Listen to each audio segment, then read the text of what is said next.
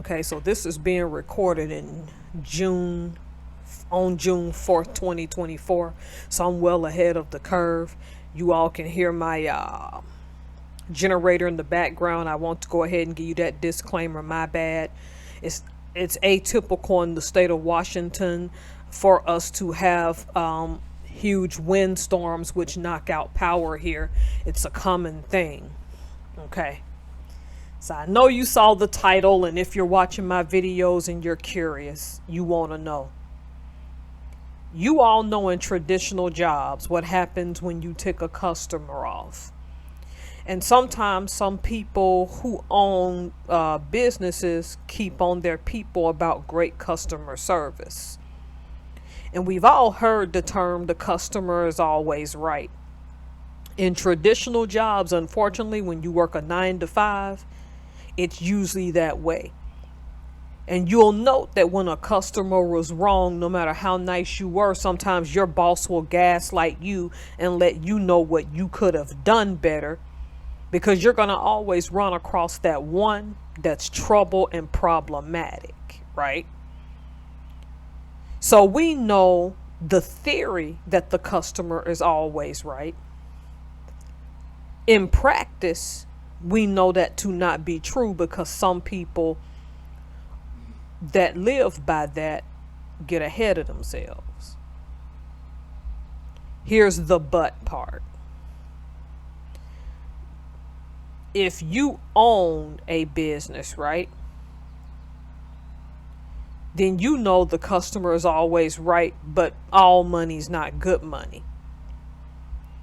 What happens with all businesses is that you have to have revenue come in, right? So this whole the customer is always right stems from the fact that revenue has to continuously come from somewhere. There has to be a continuous hustle of that some type of way. When I say not all money is good money, I'm talking more of the smaller, more intimate businesses that are being built right now, that once you get to a certain level, you have the power to tell rude people who perceive themselves to be customers who are entitled off. Because this quick video is solely for people that are want to own businesses in the future, and you're going to have to get rid of customers who with a bad attitude. This is easier for you as a business owner, because you are not beholden to a corporation. Therefore, you're not trying to keep profits coming for some big conglomerate, and you're not gaslit into turning a blind eye. For those of you who are going to start a business, just know that all money's not good money. And we see a rise on YouTube, in other platforms, online platforms with videos, a certain amount of disrespect in the customer service field on both sides. But the prevailing argument and attitude is that the customer is always right. This is why somebody can walk into a McDonald's and bear spray people into this very day. But by the time of this video, they may have caught her. No one's caught her over a misunderstanding. So she bear sprays Walmart employees. Because let's face it, I mean McDonald's. Yep. I'm already on the wrong tip. This is why she can go nearly to the back where the food's prepped, and you don't see her on camera, but you see the bear spray going off. This is how intense some people are getting over their customer service.